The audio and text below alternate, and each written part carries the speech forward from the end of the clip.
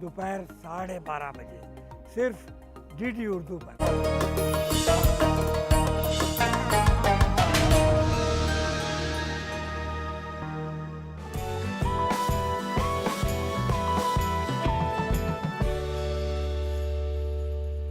आदाब। Income, savings, investment और digital economy पर बेस्ड खास प्रोग्राम लेकर हाजिर हूं मैं, अस्मिता मलिक। पैसा बोलता है। इस खास पेशकश में आज बात होगी capital gains, long term and short term की। दरअसल कोई भी मुनाफा या फायदा जो कैपिटल एसेट्स को बेचने से मिलता है उसे कैपिटल गेन से आमदनी कहा जाता है। और इस तरह के कैपिटल गेन उसी साल में टैक्सेबल हो जाते हैं जिस साल में वो ट्रांसफर किए जाते हैं, और वो टैक्स भी कैपिटल गेन्स टैक्स कहलाता है। कैपिटल गेन्स दो तरह के होते हैं, शॉर्ट टर्म कैपिटल गेन्स और दूसरा होता है लॉन्ग टर्म कैपिटल गेन्स। और इन्हीं से जुड़े तमाम सवालों के जवाब हम जानेंगे, डिटेल में बात करेंगे। इसके लिए हमारे साथ हैं दो मेहमान, हेल्थ मैनेजर सिद्धार्थ शर्मा आदाब और जाने माने इकोनॉमिस्ट डॉक्टर शरद कोहली। आदाब। आप दोनों का इस खास प्रोग्राम में बहुत वेलकम। Thank you. और शुरुआत करते हैं हम आज की पेशकश की। सिद्धार्थ, एक बहुत ही टेक्निकल सब्जेक्ट है ये, लेकिन एक सिंपल व्यूअर है जो हमारे बहुत ही सिंपल है, जिसको बहुत ज़्यादा पता नहीं है या बहुत ज़्यादा पढ़ा लिखा भी ना हो, तो उसके नज़रिए से आप मुझे बताएं कि कैपिटल गेन से उसको कैसे मुनाफा हो सकता है। देखिए, कैपिटल गेन्स से मुनाफा नहीं है, यानी वो क्या करे, क्या करना चाहिए। देखिए, कैपिटल गेन्स टैक्सेस जो होते हैं वो एक इन्वेस्टर को अलग अलग तरीके से देने पड़ता है, एक अलग अलग एसेट क्लासेस में। मैं आपको एक एग्जाम्पल के तौर पे बताता हूँ। फॉर एग्जाम्पल, अगर किसी ने अपना पैसा फिक्स डिपॉजिट्स के अंदर रखा और उसने उस फिक्स डिपॉजिट पे जो उसको लेट्स से वो एक 30% के टैक्स ब्रैकेट पर है, तो जो भी उसको रिटर्न मिला उसको फ्लैट 30% का एक सरकार को टैक्स देना पड़ेगा।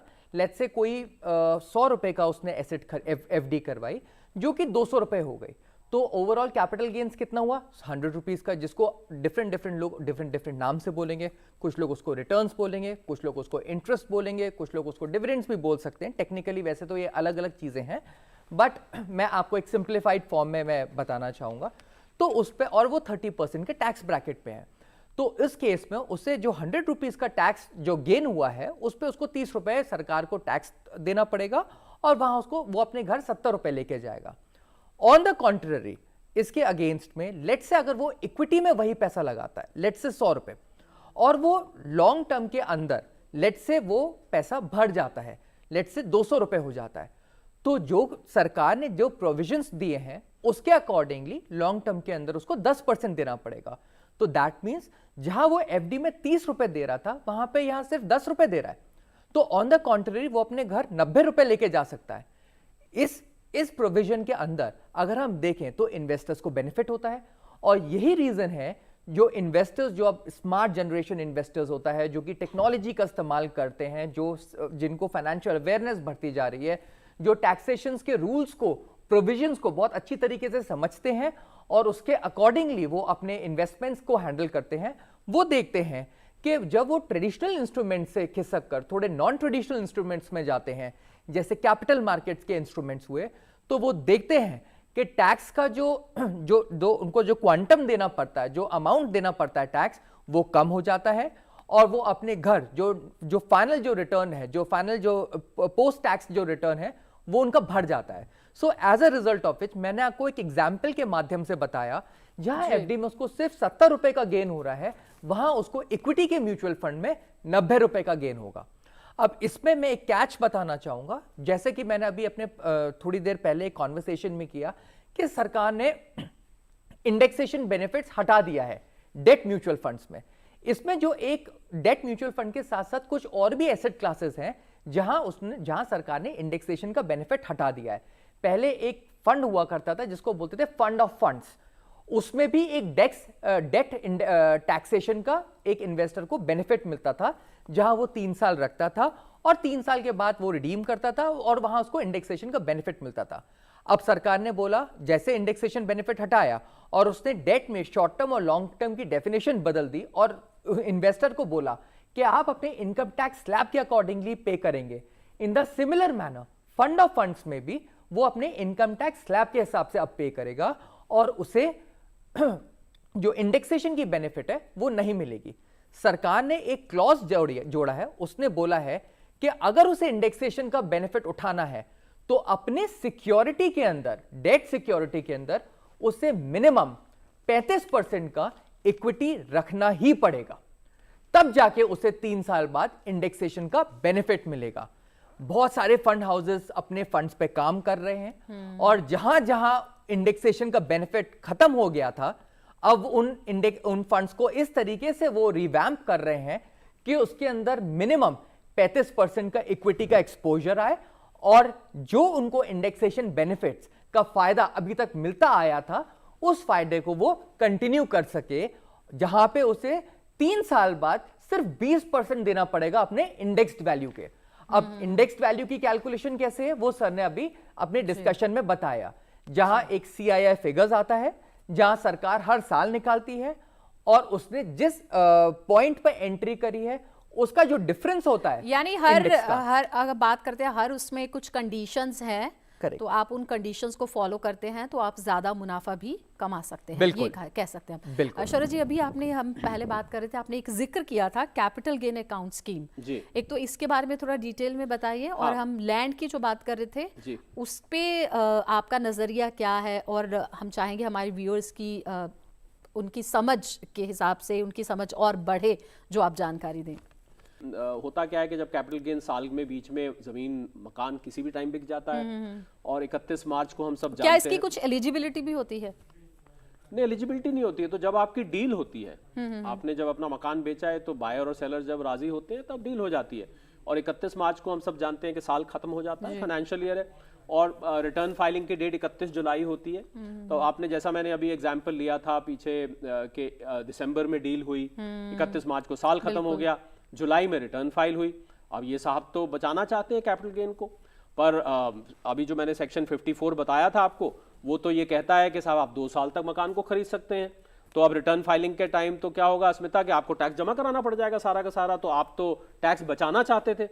तो उसमें उस हालात में आपको कैपिटल गेन अकाउंट स्कीम एक बैंक में या पोस्ट उसमें खुलवा लेना चाहिए। ये डेजिग्नेटेड अकाउंट होता है और जो भी पैसा आप इन्वेस्ट करना चाहते हैं नए मकान को लेने में, नए रिहायशी मकान को लेने में, उसको आप वहां जमा कर दीजिए। अब इसमें एक पेज और भी है अस्मिता, ये है कि हमने लैंड की बात करी, हमने प्रॉपर्टी की बात करी, सिद्धार्थ ने अभी सिक्योरिटीज की बात करी, और भी तो कुछ ऐसे कैपिटल एसेट्स होते हैं। मान लीजिए आपने ज्वेलरी बेची घर की, गोल्ड बेच दिया, या कोई और आपके पास ऐसी चीज थी जो आपने बेच दी, तो ऐसे हालात में कैपिटल गेन कब बनेगा? तो पहले तो मैं एक सीधा सीधा रूल बता देता हूं कि 3 साल उस एसेट को आप होल्ड करेंगे तो वो लॉन्ग टर्म कहलाएगा। ये ध्यान रखें। अभी जैसे सिद्धार्थ ने कहा था कि जब हम इक्विटी की बात करते हैं तो हम 1 साल की बात करते हैं, मैंने मकान की बात करी तो 2 साल की बात करी। अब मान लीजिए आप ज्वेलरी बेच रहे हैं तो उसमें 3 साल, तो ये 3 साल आप ध्यान रखिएगा। मान लीजिए आपने ज्वेलरी खरीदी थी सन 1998 में, उस समय तो सोना बहुत सस्ता होता था, आज सोना जो है वो 60,000 के आसपास घूमता है, तो लाजमी बात है कि आपने कुछ बेचा तो आपको उसमें मुनाफा हुआ होगा। अब क्या इस मुनाफे पर टैक्स देना पड़ेगा? सवाल ये उठता है, या इसको भी बचाने का कोई तरीका है? जी हाँ, इसको बचाने का तरीका है। एक सेक्शन और दिया हुआ है अस्मिता इनकम टैक्स रूल्स में, जिसको हम सेक्शन 54 EC कहते हैं। ये 54 EC क्या है कि सरकार टाइम पर वक्त पर कुछ सिक्योरिटीज निकालती रहती है, जैसे रूरल इलेक्ट्रिफिकेशन कॉर्पोरेशन है, उसके बॉन्ड्स आते रहते हैं, national highway authority of India जो सड़कें बनाते हैं वो लोग बॉन्ड्स निकालते रहते हैं पैसा इकट्ठा लोगों से करने के लिए, और उस पर बाकायदा ब्याज दिया जाता है। तो आप 50 लाख तक, ध्यान दीजिएगा इस पे, 50 लाख रुपए तक 6 महीने के अंदर अगर आप उस पैसे को इन्वेस्ट कर देते हैं, यानी कि ज्वेलरी से जो कमाई हुई थी उस पैसे को अगर आप 6 महीने के अंदर उस सिक्योरिटी में डाल देते हैं, जिसको 54 EC में मैंने जिक्र किया, तो आपका 50 लाख तक का ये कैपिटल गेन बच जाएगा, आपको ये पैसा नहीं देना पड़ेगा। तो ये बहुत ही ज़रूरी बात है, क्योंकि ज़्यादातर लोग, जैसे हमने सिक्योरिटी की बात करी, हमने लैंड की बात करी, प्रॉपर्टी की बात करी, ज़्यादातर लोग यही सोचते हैं। तो अगर मैं इसको एक हमारे दर्शकों के लिए एक आसान तरीके से इंडेक्स तरीके की बना के दूं, तो आप ये समझिए कि अगर प्रॉपर्टी खरीद कर, ये रिहायशी मकान खरीद कर रिहायशी मकान लेना है तो सेक्शन 54 है। अगर जमीन बेचकर रिहायशी मकान लेना है या कोई और चीज बेचकर रिहायशी मकान लेना है तो 54F है। अगर प्रॉपर्टी के अलावा कुछ और बेचकर और आपको सिक्योरिटी में इन्वेस्ट करना है तो ऐसे में फिर सेक्शन 54EC आ जाता है। और इसमें एक नया इस बार के बजट में अस्मिता नई चीज ऐड की गई, वो भी मैं बता देता हूं। खासकर जो लोग रिहायशी मकान महंगा बेचते हैं, मतलब जिनके करोड़ों में वैल्यू है, तो वहां अब अगर 2 करोड़ रुपए तक का आपका कैपिटल गेन है तो आप एक से ज्यादा मकान भी बचाने के लिए ले सकते हैं। ध्यान दीजिएगा, 2 करोड़ रुपए तक का कैपिटल गेन है तो एक से ज्यादा। और अगर 10 करोड़ तक की वैल्यू है, अगर हमारे बहुत सारे दर्शक बहुत ज्यादा संपन्न होंगे, उनके पास पैसा होगा, वेल्थ होगी, तो 10 करोड़ तक का अगर आप देते हैं तो आपको फिर ये जो 54 की एग्जेम्पशन की बात करी, ये 10 करोड़ पर जाकर रुक जाएगी। यानी कि 10 करोड़ से ऊपर आपको एग्जेम्पशन नहीं मिलेगी, क्योंकि सरकार का ये मानना है कि भाई जिसके पास 10 करोड़ से ज्यादा का मकान बेच रहा है उसको कैपिटल गेन बचवाने की जरूरत नहीं है। उन शख्स से तो कह दीजिए साहब आप बाकी के उससे ऊपर पे टैक्स दे दीजिए। तो ये 2-3 चीजें ध्यान में रखने वाली हैं। हालांकि मैं ये मानता हूं अस्मिता के जो हम सेक्शंस बोल रहे हैं, जो कैलकुलेशन सिद्धार्थ ने बताई, मैंने बताई, ये सब कैलकुलेशन सुनने में बहुत पेचीदा लगती हैं और ऐसा लगता है कि इसको वाकई में कागज पेन लेके बैठते या कोई ग्राफिक्स के जरिए बेचते, पर हमने आपको कोशिश करी उसको आसान भाषा में बताने की। और अगर आसान लफ्जों में लोगों को समझ आई होगी तो मैं समझता हूं सेक्शन 54, 54F, 54EC और 54B, जिसके अंतर्गत आप एक एग्रीकल्चर लैंड खरीद कर बेचकर एग्रीकल्चर लैंड ले सकते हैं, ये 4 सेक्शंस मैं समझता हूं अगर लोग याद रख ले तो काफी हद तक कैपिटल गेन का पेच जो है उनके समझ में आ जाएगा। गोल्डी मीट मटन मसाले, जो आपके हाथ का मटन खाए जिंदगी भर आपका हो जाए। जहाँ जाए रिश्ते बनाए गोल्डी मसाले। गोल्ड इन्वेस्टमेंट की बात करी, जैसे शरद जी ने बहुत डिटेल में, बहुत सिंपल करके उसको बताया। सिद्धार्थ, आपसे पूछना चाहूँगी, जब हम गोल्ड इन्वेस्टमेंट की बात करते हैं तो फिजिकल गोल्ड और सॉवरेन गोल्ड बॉन्ड्स भी होते हैं, लेकिन जब हम इस पर टैक्स कैलकुलेट होता है तो वो किस तरह से होता है, क्या डिफरेंस होता है? देखिए, जो गोल्ड एक एसेट क्लास है उसका जो टैक्सेशन है वो वही है जो डेट टैक्सेशन के है। डेट टैक्सेशन होता है, उसमें जो शॉर्ट टर्म और लॉन्ग टर्म की डेफिनेशन है, जैसे सर ने भी कहा, वो 3 साल का है। 3 साल से पहले शॉर्ट टर्म और 3 साल के बाद लॉन्ग टर्म। और क्योंकि अब नए प्रोविजंस और रूल के अकॉर्डिंगली अब इंडेक्सेशन बेनिफिट हट चुका है, तो as a result of which आपको जो भी कैपिटल गेन्स बैठता है गोल्ड पे, उसमें आपको सिंपली आपको अपने इनकम टैक्स स्लैब के अकॉर्डिंगली आपको अपना टैक्स पे करना पड़ेगा। As a result of which अगर एक मोटे तौर पे कोई जब मुझसे एक इन्वेस्टर पूछता है कि सर जब हम गोल्ड में इन्वेस्ट करते हैं तो उसका टैक्सेशन क्या होता है, तो मैं उसको बहुत क्लियर कट और बहुत सिंप्लीफाइड फॉर्म में मुझे यही आंसर देना होता है, गोल्ड का वही टैक्सेशन है जो एक डेट का टैक्सेशन है। इसका मतलब ये है कि आप उसको बेचिए और आपका जो भी इंटरेस्ट या जो भी रिटर्न्स या जो भी आपने कैपिटल एप्रिसिएशन जो कमाया उसको बेचने में, उस पर आपको अपने स्लैब के हिसाब से, इनकम टैक्स स्लैब के हिसाब से पे करना पड़ेगा। और इसको दूसरे भाषा में बोला जाए तो आपके वो जो बेचने पे वो आपके इनकम में ऐड हो जाएगा और आपको अपने स्लैब्स के अकॉर्डिंगली पेमेंट्स टैक्सेस आपको भरना पड़ेगा।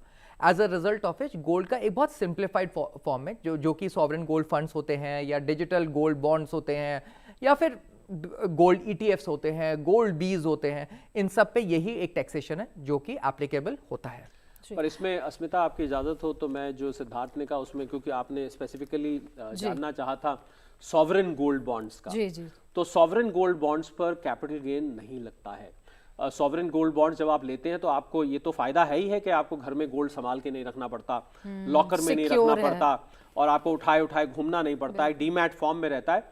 और उसमें एक बहुत बड़ा फायदा यह है कि सॉवरेन गोल्ड बॉन्ड्स में 2 किस्म के रिटर्न आते हैं। एक तो 2.5% उस पर जो सालाना आपको ब्याज आता है, एक तो वो हो गया, वो तो टैक्सेबल होता है। पर सॉवरेन गोल्ड बॉन्ड लेने का बहुत बड़ा फायदा यह है कि आपने मान लीजिए 60,000 का गोल्ड और कल को वो 90,000 का हो जाता है और आपके पास बॉन्ड्स पड़े हुए हैं, तो उस सॉवरेन गोल्ड बॉन्ड्स पे जो कैपिटल गेन हो रहा है उस पे कोई भी कैपिटल गेन आपको नहीं देना होता है, ना ही आपको कहीं और निवेश करने की जरूरत है, वो बेसिकली टैक्सेबल नहीं होता। ये मैं सिद्धार्थ की इजाजत लेके जोड़ना चाह रहा था जी। जो हम डिस्कशन कर रहे हैं, एक टर्म होता है इसमें कॉस्ट ऑफ एक्विजिशन, उसके बारे में भी जानना चाहूंगी शरद जी आपसे। कॉस्ट ऑफ एक्विजिशन, जैसा कि अगर हम इसको आसान भाषा में ट्रांसलेट करें कि जिस एसेट को आप बेच रहे हैं वो असल में आपने कितने का लिया था, अगर मैं इसको बिल्कुल आसान भाषा में कहूं कि आपने कितने का लिया था, आज जिस जमीन को आपने 1 करोड़ में बेचा वो आपने कितने की ली थी। अब इसमें सवाल एक खड़ा हो जाता है, क्योंकि बहुत सारे लोग क्या होते हैं, वसीयत के जरिए जमीन आ जाती है। मान लीजिए हमारे बाप दादा की जमीन थी, तो भाई वो तो वसीयत में लिख गए और हमें वसीयत में वो जमीन मिल गई, तो हमें तो उसकी कोई कॉस्ट ही नहीं आई।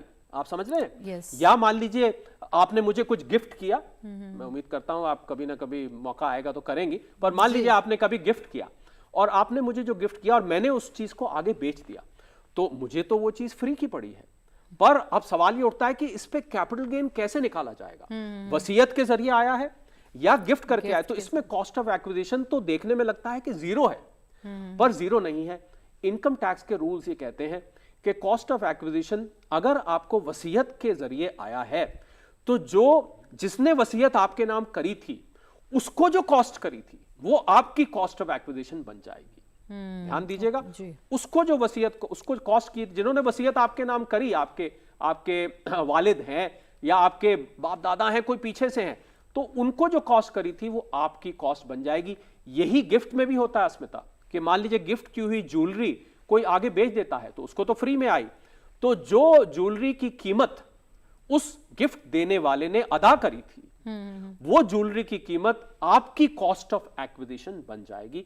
तो कॉस्ट ऑफ एक्विजिशन सभी एसेट्स में लागू होती है, शेयर सिक्योरिटीज में भी लागू होती है, जमीन पे भी लागू होती है, मकान पर भी लागू होती है, ज्वेलरी पर भी लागू होती है। कोई भी नायाब चीज इनमें से आप बेच रहे हैं, उन सब पर आपको कॉस्ट ऑफ एक्विजिशन हमेशा नोट करके रखनी चाहिए। बहुत सारी बात तो अस्मिता, मुझे लोग कहते हैं कि हमें तो साहब याद ही नहीं कॉस्ट ऑफ एक्विजिशन इसकी क्या थी। अब ऐसे में आप क्या कर, भाई हमने तो भैया 15 साल पहले लिया था, बिल ही फेंक दिया, हमें तो याद ही नहीं कितने की थी। साहब ये बहुत जरूरी काम है। अगर आपसे कॉस्ट ऑफ एक्विजिशन मिसप्लेस हो गई और आपने नोट नहीं करी तो बहुत बड़ी दिक्कत खड़ी हो जाएगी, क्योंकि आप जो भी कॉस्ट ऑफ एक्विजिशन सरकार को बताएंगे तो सरकार तो यही मानेंगे भाई आप कम बताने की कोशिश कर रहे होंगे, आप ज्यादा बताने की कोशिश कर रहे होंगे अपना कैपिटल गेन बताने के लिए।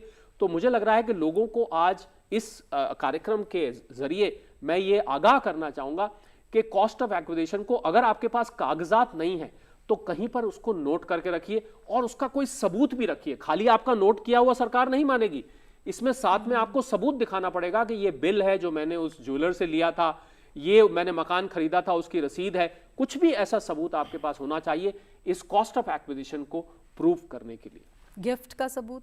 गिफ्ट का सबूत तो जिनसे आपने गिफ्ट लिया था, तो अब बड़ी शर्म सी तो आएगी कि जिनको गिफ्ट आपने दिया, जिन्होंने आपको गिफ्ट दिया, आप सोचिए आप कल को उनके पास चले जाएं, बोले भैया आपने कितने का लिया था जरा बता दीजिए। ये बड़ा अजीब सा लगता है सुनने में, पर अगर ये नौबत आती है तो ऐसा भी करना पड़ेगा। मैं समझ रहा हूं आपका सवाल कहां से आ रहा है, पर ऐसा भी करना पड़ सकता है क्योंकि आपको सबूत देना पड़ेगा, क्योंकि सारी जो कैपिटल गेन की कैलकुलेशन है ना अस्मिता, वो कॉस्ट ऑफ एक्विजिशन में से निकल के आती है। अगर मैं कैपिटल गेन की सीधी सीधी एक इक्वेशन बना के रखूं आज दर्शकों के सामने, तो जितने का आपने बेचा minus cost of acquisition capital gain, सीधा बस दो चीजें आपको घटानी है, तो कॉस्ट ऑफ एक्विजिशन की तो कितनी इंपॉर्टेंस है ये इस बात से समझ में आती है। जी चलिए, एक कंक्लूडिंग रिमार्क्स के लिए चलते हैं। सिद्धार्थ जी आपके पास, बताएं। जहाँ तक एक कंक्लूजन की बात है, मैं आपको यही बताना चाहूँगा, एक टेक्निकल चीज़ है, इन्वेस्टर्स को ये समझना बहुत ज़रूरी है, चाहे वो सिक्योरिटीज़ हैं, चाहे वो गोल्ड है, चाहे वो लैंड है, चाहे वो रेजिडेंशियल प्रॉपर्टी है, आपको हर एक एसेट क्लास पे एक कैपिटल गेन्स टैक्स की जो एक कैलकुलेशन है वो एक डिफरेंट तरीके से होती है। जैसे कि सर ने बताया कि एक रेजिडेंशियल पे क्या होती है, एक कमर्शियल प्रॉपर्टीज पे कैसे होती है, ये मैंने आपको बताया कि इक्विटी पे किस तरीके से होती है, डेट पे किस तरीके से होती है, फंड ऑफ फंड में क्लाइंट इन्वेस्टर्स ने सरकार ने किस तरीके से चेंजेस किए हैं, आपको ये समझना है। इन टेक्निकल पैरामीटर्स को जब आप समझते हैं, उसके बाद जब आप उन सिक्योरिटीज को जब आप बेचते हैं या खरीदते हैं और उस प्रोविजन के अंदर जब आप उन टैक्सेस को पे करते हैं और आप नेट इंटरेस्ट को या नेट इनकम को जब आप अपने घर लेके जाते हैं, आपको इस पूरी एनालिसिस को आपको पहले से ही समझना चाहिए और इस समझने के बाद ही उसके बाद आपको प्रोसीड करना चाहिए, सो दैट पॉइंट नंबर 1 आपको क्लैरिफिकेशन हो जाए कि अगर लेट से आप इन्वेस्टमेंट की पॉइंट से आप बात कर रहे हैं तो आपको किस एसेट क्लास में जाना चाहिए जहां आपको मैक्सिमम प्रॉफिट हो। दूसरी चीज, आपको कंफ्यूजन ना हो जब आपको टैक्सेस भरने को होते हैं जुलाई में, तो आपको यह प्रॉब्लम ना हो कि भाई कैपिटल गेन्स किस तरीके से कैलकुलेट करें, क्या करें। आपको एक मोटे मोटे तौर पे आपको ये चीजें पता होनी चाहिए। और तीसरी चीज जो इन्वेस्टर सबसे ज्यादा जिसके लिए इन्वेस्ट करता है वो है उसका जो नेट रिटर्न्स किस तरीके से ज्यादा हो। वो ये अगर ये चीजें वो प्रोविजंस को वो ढंग से समझता है और इन तीनों पिलर्स को अगर वो समझता है तो मेरे ख्याल से कैपिटल गेन्स को समझना या कैपिटल गेन्स के टैक्सेशन को समझना इतना डिफिकल्ट नहीं है। इनफैक्ट ये एक इन्वेस्टर की एक बहुत बड़ी ड्यूटी बन जाती है वो उनको समझ के उसके बाद उसको इंप्लीमेंट कर सके। जी, और शरद जी आपका कंक्लूडिंग रिमार्क क्या रहेगा हमारी आज की इस खास प्रोग्राम मैं तो आखिर में स्मिता यही कहना चाहूँगा कि नॉर्मली हम पैसा बोलता है में ज़्यादातर हम जो कार्यक्रम करते हैं उसमें हम पैसे किस तरह बढ़ाएं, उस पर रिटर्न कितना आए, उस पर ब्याज कितना आए, उस पर प्रॉफिट कितना हो, पर पैसा बचाना भी एक किस्म का प्रॉफिट है। तो मैं तो ये बोलूँगा कि कैपिटल गेन अगर आपको हो रहा है तो आपके पास बचाने के बहुत सारे तरीके हैं। यही हमारा आज फोकस भी रहा पूरे डिस्कशन में कि बहुत सारे तरीके हैं आपके पास कैपिटल गेन बचाने के। ये मत समझिए कि कैपिटल गेन हो गया तो अब तो हाय मुझे देना ही पड़ेगा, ये तो मेरा इतना सारा पैसा निकल गया। चाहे वो ज़मीन है, चाहे वो मकान है, चाहे वो दुकान है, चाहे वो ऑफिस है, चाहे वो ज्वेलरी है, बस यही चल के रुक जाते हैं क्योंकि बाकी के जो एसेट्स हैं जैसा मैंने शुरू में बताया था वो पर्सनल एसेट्स आते हैं, उन पे कैपिटल गेन नहीं होता है। इनमें से किसी भी चीज़ पे आपको कैपिटल गेन हो रहा है, उसको बचाने के जो हमने आज रास्ते बताए उन रास्तों को आप याद रखिए, और नहीं याद रखते हैं आप गूगल करके देखिए आप। और अगर कैपिटल गेन हो गया है उसमें, तो मैं जाते जाते आखिरी बात कहना चाहूँगा, तो आपको जुलाई के महीने में अपनी जो रिटर्न भरनी होती है ध्यान रखिए आपको ITR 2 में कैपिटल गेन भरना होता है। उसमें एक स्केड्यूल होता है जिसका नाम होता है स्केड्यूल CG। उसमें आप कैपिटल गेन अपना भरिए कि कितना आपने गेन किया, कितना आपका कॉस्ट ऑफ एक्विजिशन था जिसका हमने जिक्र किया, और पूरी उसमें कैलकुलेशन दी हुई है। वो अपने आप कैलकुलेशन आपके सामने होके आ जाएगा। पर घबराइए नहीं, कैपिटल गेन हो गया है तो बचाने के बहुत सारे रास्ते हैं। बस आज मैं चाह रहा था कि पैसा जोर से यही बात बोले। जी बिल्कुल, तो यानी कैपिटल गेन से ज़्यादा कैसे मुनाफा आपको मिल सकता है, किस तरह से टैक्सेस को कम किया जा सकता है या फिर टैक्सेस से आप बच सकते हैं, तमाम बहुत ही सिंपल करके शरद जी और सिद्धार्थ जी आपने हमारे दर्शकों को इन्फॉर्मेशन दी, बहुत बेहतर समझाया, उसके लिए आपका बहुत बहुत शुक्रिया दोनों का। तो पैसा बोलता है कि इस खास एपिसोड में फिलहाल इतना ही। हमारा प्रोग्राम आपको कैसा लगा इस पर आप भी अपनी राय दे सकते हैं। इसके लिए हमारा ईमेल ID है ddurduspecials@gmail.com। इसी के साथ हमारी पूरी टीम को दीजिए इजाज़त। आदाब।